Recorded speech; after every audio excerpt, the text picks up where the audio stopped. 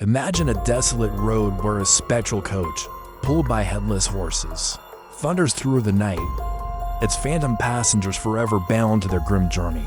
This isn't just a campfire tale. It's a chilling legend from the heart of Scotland, a land steeped in history, beauty, and shadows that linger long after the sun is set. Tonight, we're not visiting the picturesque castles you see on postcards. We're venturing into the forgotten corners and haunted corridors, where Scotland's darkest stories are whispered, from phantom pipers to vengeful spirits. These are the tales that have been passed down through generations, born from tragedy, mystery, and the supernatural. So, dim the lights, settle in, and join me as we explore the haunted landscapes of Scotland. I must warn you, though these are places you should never, ever visit alone. Our first stop takes us to the cobbled streets of Edinburgh, a city built upon layers of history and, quite literally, upon the bodies of its dead. Beneath the bustling Royal Mile lies a hidden, subterranean world known as Mary King's Close. In the 17th century, this was a vibrant, albeit crowded, series of streets.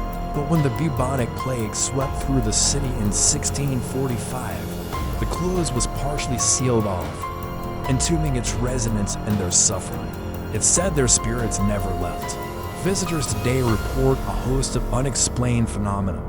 Disembodied voices echoing in the empty rooms, the chilling sensation of being touched by unseen hands, and objects moving on their own. But the most famous resident of Mary King's Close is a little girl named Annie. Legend has it that in the 1990s, a Japanese psychic visiting the close felt a profound sadness emanating from one particular room. She sensed the spirit of a young girl, miserable because she had lost her favorite doll centuries ago. The psychic left a doll for Annie as a gift, and since then, a tradition was born. Visitors from all over the world now leave toys, coins, and trinkets for the lonely ghost girl. People who enter Annie's room often report sudden drops in temperature and the overwhelming feeling of a child at sorrow. Some have even claimed to hear the faint sound of a little girl crying in the darkness. Is it just the power of suggestion in a creepy, underground alley? Or is Annie's spirit truly there, forever waiting for a playmate in our cold, dark room? From the city's depths, we travel north to the windswept expanse of Culloden Moor, the site of the final, bloody battle of the Jacobite Rising in 1746. In less than an hour, over 1,500 Jacobite soldiers were brutally cut down. The moor is a vast, solemn graveyard, and it is said that the echoes of the terrible day have never faded. On the anniversary of the battle, April 16th, visitors and locals have reported hearing the unmistakable sounds of warfare, the clash of steel, the boom of cannons, and the desperate cries of wounded and dying men. The air grows heavy and cold, thick with the scent of gunpowder and blood. One of the most heart-wrenching apparitions is that of the Great Scream. On a quiet day, when the wind dies down, some claim to hear a single, agonizing scream that rips through the silence, believed to be the final cry of a fallen Highlander. The clan stones that mark the mass graves of the fallen are epicenters of paranormal activity.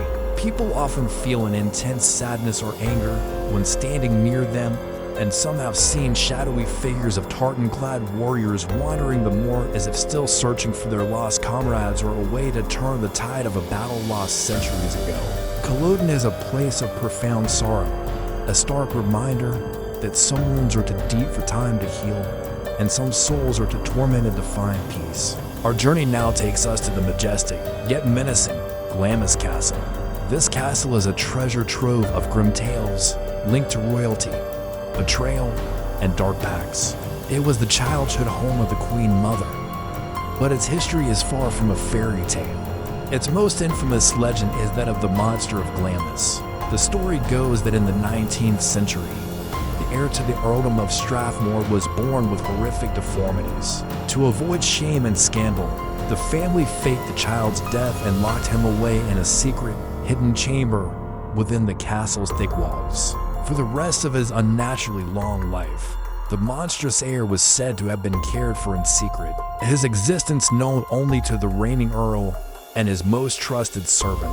Some say his ghost, a twisted and tormented figure, still roams the castle, his heavy, shuffling footsteps echoing from behind the walls. But the monster isn't the only spirit here. Glamis is also haunted by the Grey Lady, believed to be the ghost of Lady Jonna Douglas, the wife of the 6th Lord of Glamis. She was falsely accused of witchcraft by King James V, who had a personal vendetta against her family and was burned at the stake in 1537.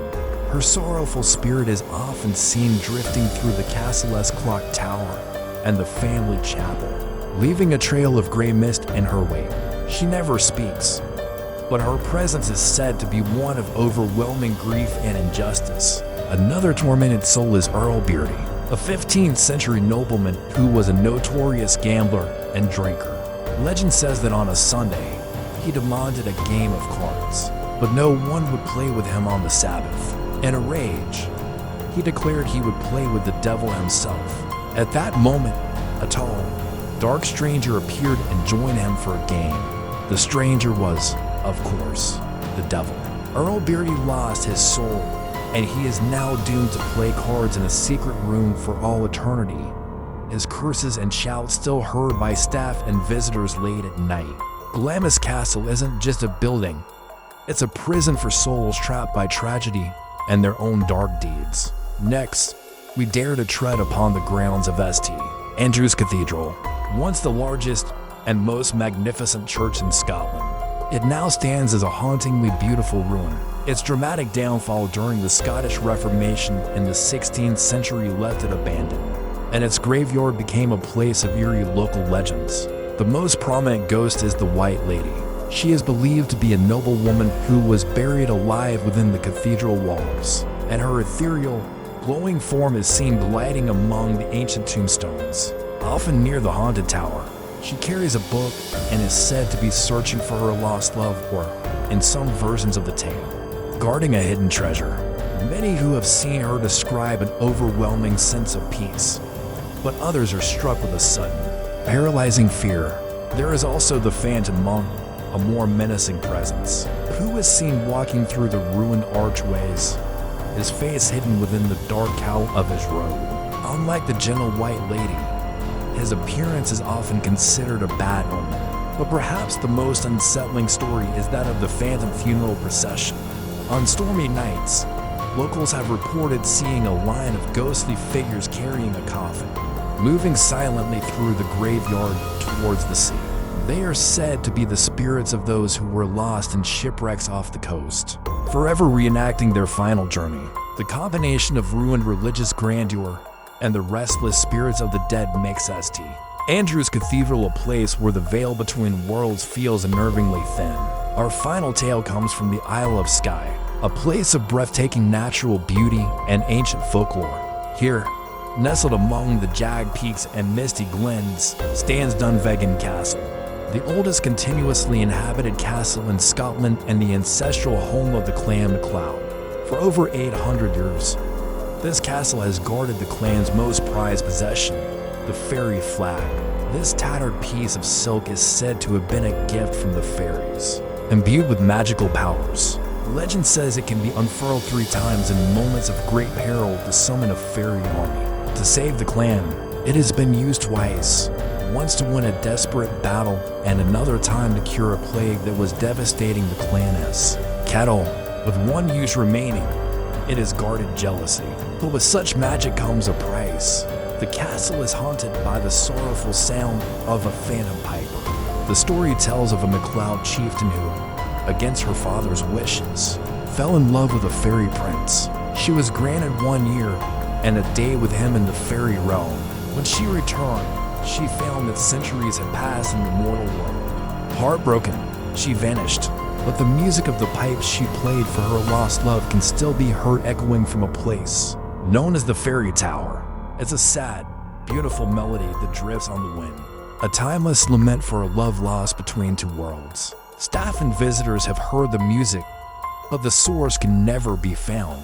It serves as a constant, ethereal reminder that on the Isle of Skye, the world of mortals and the world of magic are forever intertwined. Scotland is a land of profound beauty, But it is also a land that doesn't forget. Its glens, lochs, and castles are silent witnesses to centuries of love, loss, betrayal, and bloodshed. The stories we've heard tonight are more than just ghost stories. They are the emotional imprints left behind on the landscape, echoes of lives lived and tragically lost. They are a part of Scotland's soul. So, if you ever find yourself walking a lonely Scottish road at twilight and hear the faint sound of pipes on the wind or see a flicker of white in a ruined cathedral, remember these tales. Are they just tricks of the mind? Or have you just brushed against one of Scotland's many lingering spirits? What do you think? Are these just stories? Or is there something more to the shadows of this ancient land? Let me know your thoughts in the comments below. Thank you for joining me on this unsettling journey through haunted Scotland. If you enjoyed stepping into the shadows with me, please give this video a like. And don't forget to subscribe and turn on notifications for more explorations into the world that's most mysterious and fascinating stories. Stay curious and stay safe.